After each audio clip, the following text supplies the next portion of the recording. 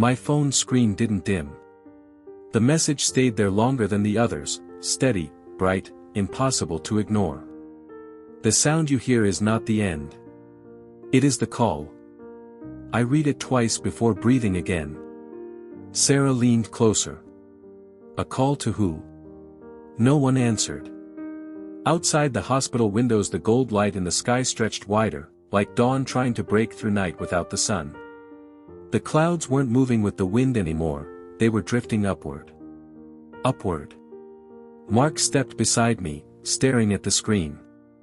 That tone, it changed right before he lifted. As if responding, the sound rolled across the sky again. Not louder, clearer. Every surface vibrated gently, the glass humming under our fingertips. Down the hallway, a patient room door opened slowly by itself. A woman in a hospital gown stood in the doorway, confused but calm. I heard singing, she said softly. We hadn't, but somehow the tone now carried layers inside it. Not music exactly, voices without words. Phones vibrated again. Listen. The lights flickered once, then stabilized brighter than before. Even the emergency exit signs glowed white instead of red. Outside, more figures were visible above the town, faint silhouettes rising through the illuminated clouds far beyond the parking lot. Sarah covered her mouth. It's everywhere. The warmth in the air deepened, not heat, comfort. The kind that makes fear feel unnecessary. My chest tightened as the tone sharpened to a pure note. Then another message appeared. Different. Longer. And this time, it had a time. The notification didn't look like the others. No vibration. No sound. It simply appeared, already open. 3:33, prepare. My throat went dry. Why a time? Mark whispered. Everything else already happened. Sarah checked the wall clock above the nurse's station. 3:29 a.m. 4 minutes. The tone outside the building shifted again, no longer a single endless note, but pulses, spaced evenly apart. Not random. Measured. Like counting. We stepped into the hallway. Every monitor screen showed static except one room at the end. The heart monitor there displayed a steady line, not flat, perfectly rhythmic. Matching the pulses in the sky. A janitor stood frozen near the elevator, staring upward. You feel that? He asked. Like, gravity is lighter. He wasn't wrong. My shoes barely made sound against the tile. Even the air felt thinner, easier to breathe. Phones buzzed across the floor at the same moment. Do not fear. A patient's four-line drifted slightly upward before settling back down. Sarah grabbed my arm hard enough to hurt.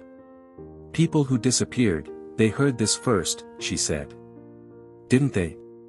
3:31. Outside the windows, the clouds formed a vast circular opening, not a hole, more like layers parting. Beyond them, a brightness deeper than sunlight, steady and alive. The pulses became closer together. 3:32. The woman in the gown stepped beside us, peaceful now. I know this sound, she murmured. I've heard it before, in a dream. My phone lit again. Longer message. The final line appeared slowly, letter by letter. And the pulses suddenly synchronized with my heartbeat. My chest tightened as the words finished appearing. When the last sound completes, choose. No explanation. No countdown. Just that sentence. The pulses outside were no longer distant. They felt internal now, each vibration passing through my ribs, my teeth, even the floor beneath us. Mark pressed his hands against his ears. It's inside my head. Sarah shook her head slowly. Not just yours. Across the hallway, patients were waking at the same time. No panic. No confusion. Just awareness. A little boy sat upright in bed and looked toward the ceiling like he recognized a voice no one else could hear. The heart monitor at the end room changed rhythm, speeding up, matching the pulses exactly. Every screen in the ward flickered and replaced their displays with a single line. Listen. 3:34 a.m. The air pressure dropped slightly. Papers slid across the nurse's desk without wind. The ceiling lights dimmed but didn't shut off, they simply became irrelevant compared to the glow leaking through the clouds. I felt weight lift from my shoulders, subtle but undeniable. Not floating. Not yet. Just, released. The woman beside us smiled faintly. It's not forcing anyone, she whispered. It's asking. Another vibration passed, stronger. My heartbeat matched it again, involuntarily. With each pulse, memories surfaced, things I'd ignored, words I'd dismissed, warnings I laughed at. Mark stared at his phone. Mine says something different. He turned the screen toward me. Stay or come. Sarah's phone lit at the same instant. The sound is the call. The pulses accelerated. Not chaotic, approaching completion. A pattern closing. Outside, the circular opening in the sky expanded wider, and the brightness deepened into layers, like distance folding inward. My phone vibrated once, the first vibration it had made all night. A new line began to type itself across the screen. The letters appeared slowly, as if something was choosing each one with care. You have heard this before. A chill moved through me. Not fear, recognition. Like remembering a melody you never learned yet somehow knew. The pulses quickened again. Not louder, closer. The floor no longer felt solid, it felt responsive, faint vibrations traveling upward through my legs with every beat. Across the ward, more doors opened. Patients stood quietly in the hall. Some weak, some strong, yet all steady, like they were waiting for instructions they already understood. No one screamed. No one ran. A nurse stepped out of the stairwell, tears on her face but smiling. I remember this from when I was a kid, she whispered. I thought it was just a dream. 3:35 a.m. The heart monitor at the end room synced perfectly with the pulses, then its sound stopped completely, yet the line still moved. Alive without sound. Mark stared upward. It's not outside anymore, he said. It's everywhere. He was right. The sound no longer came from the sky. It came from within the space around us, vibrating the air evenly, like the building itself had become the instrument. Phones lit up across every hand in the hallway at once. The sound is near complete. Sarah gripped the railing. I feel lighter, she said. Like gravity's letting go. Another pulse passed, stronger than the rest. Ceiling dust lifted briefly and hovered before settling slowly, too slowly. Through the window, the opening in the clouds revealed depth, not brightness alone, but distance beyond distance, a horizon layered vertically. The woman in the gown stepped forward toward the glass. It's almost time, she murmured. My phone changed again. A final line began forming, longer than the others. The pulses started aligning into a final rhythm. The words finished writing themselves. Do not resist what you recognize. The instant the sentence appeared, the pulses changed. No longer approaching, now structured. 3 close together, 1 distant. Repeating. Everyone in the hallway breathed at the same pace. Not on purpose. It just happened. Even the machines matched it, ventilators, 4 pumps, monitors, all settling into the same measured pattern. 3:36 a.m. Outside the window the opening widened until the clouds no longer looked like weather. They looked arranged. Layered outward like a path rather than a sky. Mark lowered his hands slowly from his ears. It's peaceful now. He was right. The pressure was gone. The fear too. What remained felt certain, heavier than emotion but lighter than thought. Another pulse passed. The overhead lights flickered once and dimmed to a soft glow. Yet the hallway was brighter than before, lit by the steady radiance filtering through the opening above the city. People in nearby buildings stood at their windows, perfectly still. Cars in the parking lot sat abandoned, doors open, headlights on but unnoticed. Sarah looked at me. "I don't think it's taking people," she said quietly. "I think people are responding." Her phone illuminated again. The call has always been voluntary. The boy from earlier stepped into the hall holding his blanket. "It's the same voice," he said calmly. "The one that told me not to be scared." The pulses slowed, not fading, resolving. Each vibration now carried a tone inside it, almost like distant brass beneath the sound, steady and unwavering. My heartbeat matched it effortlessly. The woman near the glass placed her palm against the window. "It's about to finish," she whispered. All phones changed at once. One final message began appearing across every screen. The text did not appear all at once. It formed slowly, letter by letter, as if time itself was allowing it space. "You are not being taken." No one moved. Even the distant sirens beyond the hospital had stopped. The entire city felt paused between breaths. Another line wrote beneath it. "You are being aligned." The pulse passed again, softer now, yet deeper. Instead of shaking the building, it moved through us. Not sound. Not vibration. Recognition. Mark staggered slightly, gripping the wall. "I know this," he said, confused. "I've never heard it, but I know it."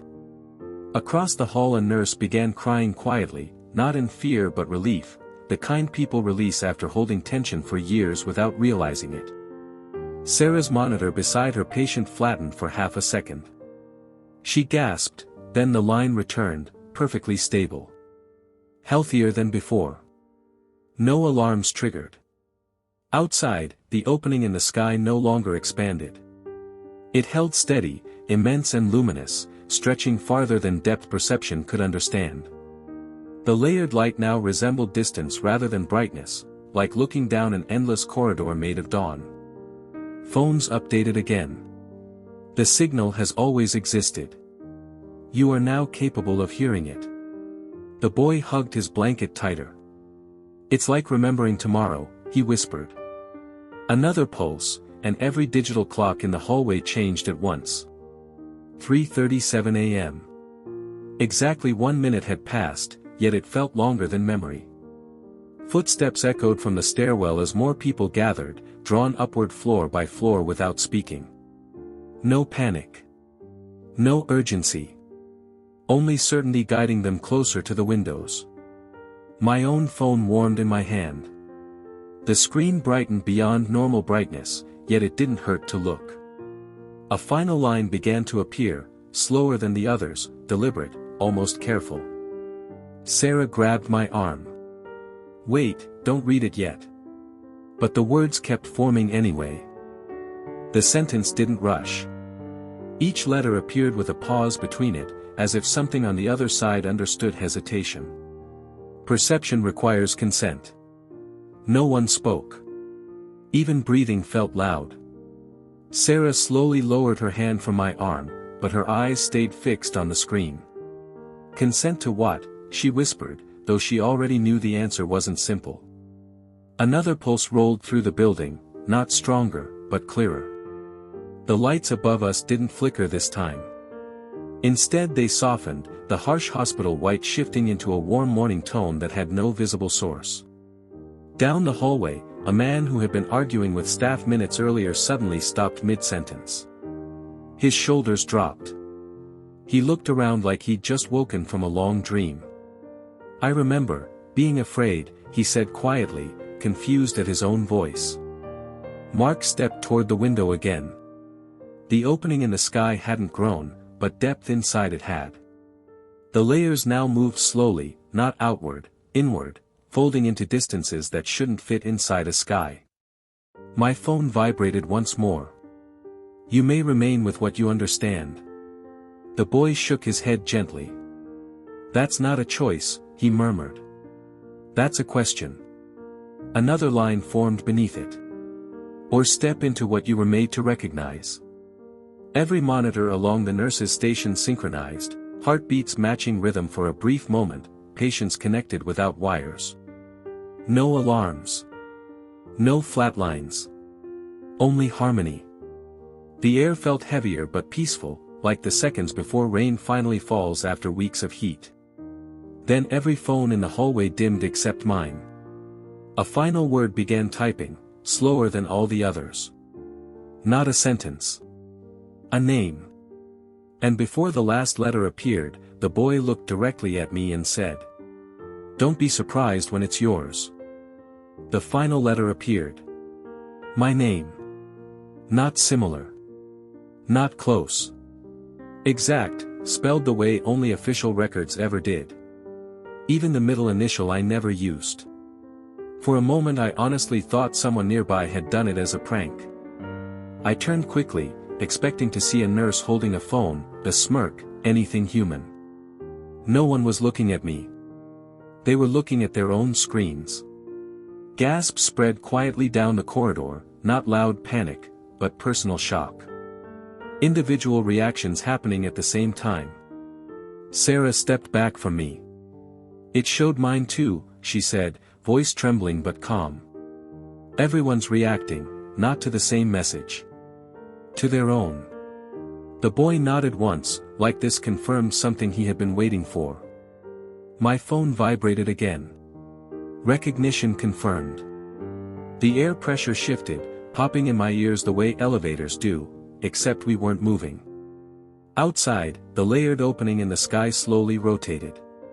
Not spinning, aligning. Every shadow in the hallway leaned in the same direction despite lights above us not moving. Mark whispered, "Gravity didn't change, perspective did." Across the room, an elderly woman who had been unconscious for hours opened her eyes and calmly removed her oxygen mask. Her breathing stayed steady. "I know this voice," she said softly to no one. Another line appeared on my screen. "Fear is the last filter." The warmth in the building deepened, not hotter, clearer. Thoughts that felt tangled minutes ago now separated, like noise canceling itself inside my head. Memories surfaced that I hadn't thought about in years. Not dramatic ones, small choices. Words I didn't say. Moments I ignored. The boy looked at me carefully. "It won't force you," he said. "It never has." The sky outside brightened, but not blinding. Depth kept unfolding beyond the clouds, revealing distance that didn't feel far away anymore. My phone displayed one more line. "Step forward when ready." And the floor beneath my feet gave the slightest sensation of invitation. No one moved immediately. It wasn't fear stopping us, it was the weight of choice. The hallway felt quieter than silence, like even sound was waiting. A man near the vending machines laughed nervously. "So what, we just walk into the sky now?" No one answered him. Because outside, the light wasn't pulling, it was matching. Every step you thought about taking felt already measured, already understood.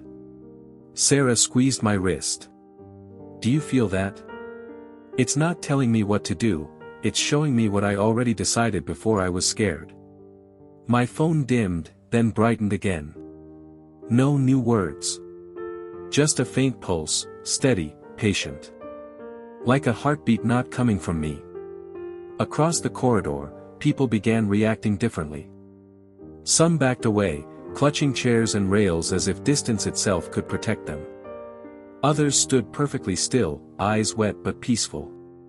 A few slowly walked toward the windows, not rushed, not hypnotized, certain. The boy stepped beside me but didn't go ahead. "You notice," he said quietly. "It isn't calling groups. It's calling understanding." Outside, the layered opening expanded downward, not breaking the clouds anymore but passing through them. The sky beyond had depth now, distance you could measure without miles. Phones chimed one by one. Different tones. Different timing. Personal. Mark checked his screen and shook his head slowly. Mine didn't say step forward, it said listen. Sarah's eyes widened. Mine says forgive. My screen remained unchanged. Step forward when ready. The warmth increased slightly, and the pressure in the building released. Doors that were jammed earlier quietly clicked open along the hallway. The elderly woman stood without help and faced the light. Not walking yet. Just recognizing. And for the first time, I realized something. Whatever was happening wasn't beginning now. It had been waiting for agreement. The hallway didn't feel like a place anymore. It felt like a moment stretched into a location, as if time paused just long enough for everyone to decide who they were without pressure. The elderly woman took a slow breath and smiled at nothing we could see. I remember now, she whispered. Not loudly. But every person heard her. A soft vibration moved through the floor, not shaking, not violent. More like the building itself exhaled after holding tension for years. Outside, the opening in the sky stopped expanding. It stabilized, waiting. Sarah looked at me. It isn't about courage, is it? The boy shook his head. No. Courage fights fear. This removes it. People who were panicking earlier weren't panicking anymore. Some sat down quietly.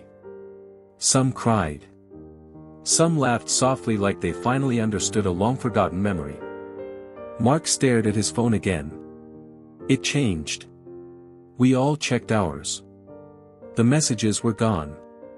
Every screen blank. For a second I thought the signal had ended, until warmth moved through my chest, steady and calm, stronger than before. The direction no longer came from the phone. It came from recognition.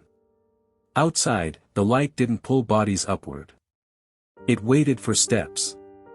The woman finally began walking toward the entrance doors. They opened before she reached them, slowly, like they had been expecting her for years. She didn't look back. Not because she didn't care. But because she didn't need confirmation anymore.